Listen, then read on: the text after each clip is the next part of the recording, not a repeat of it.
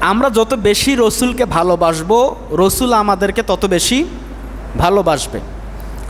এই যে জন্ম থেকে এখন পর্যন্ত আপনি আর আমি একটু মেলাই যে আমরা কে কত বেশি রসুলকে ভালোবাসা দিতে পেরেছি। রসুলের মহব্বতে, ভালোবাসায় একটা জিনিস ছেড়ে দিয়েছি, একটা অন্যায় করেছি, আল্লাহ আর এই অন্যায় করব না। রসুলের প্রেম ভালোবাসা আমার ভিতরে আছে, আল্লাহ আমি তার উম্মত, আমি আর ওই কাজটা আজ থেকে এই পাপ কাজ করব না, আমি ছেড়ে দিলাম, আর এই কাজ করব না, মৃত্যুর আগ পর্যন্ত এই কাজ করব না। আলহামদুলিল্লাহ এরকম মানুষ আছে, অনেক মানুষ আছে।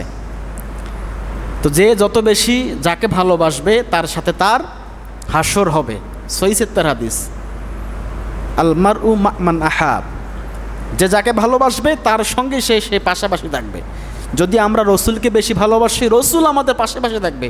রসুল যদি আমাদের পাশে থাকে, আমাদের কোনো চিন্তা আছে? কোনো চিন্তা নেই।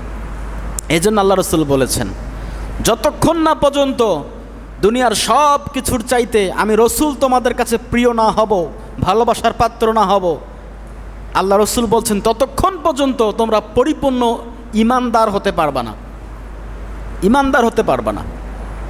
এখানে যে কয়েকজন মানুষ আমরা আছি, রসুলের ভালোবাসা, রসুলকে আমরা কতটা ভালোবাসি, এটা আপনার আমার অন্তরই ভালো জানে। কেউ মাপ করতে পারবে না। পারবে? শুধু দাড়ি টুপি আর জুব্বা দেখলে পাগল হবেন না যে সেই ব্যক্তি রসুলকে বেশি ভালোবাসে, এমনটা নয়। অনেক ভাইরা আছেন খেতে খামারে কাজ করে, 5 ওয়াক্ত নামাজ সঠিক সময় আদায় করে, আমি খবর নিয়ে দেখেছি। অনেক ভাইরা আছে স্টোরে কাজ করে, ক্লাস্টারে কাজ করে, সঠিক সময় নামাজ আদায় করে। অনেক দোকানদার ভাইরা আছে ব্যবসা বাণিজ্য করে, শার্ট প্যান্ট পরে, লুঙ্গি পরে, কিন্তু সঠিক সময় গিয়ে নামাজ আদায় করে। এরকম ভাইরা আছে না? নেই? আছে। ওনাদের ইমান, আল্লাহ পাকের অশেষ রহমত, এনারা অনেক বেশি মজবুত ইমানদার হতে পারে।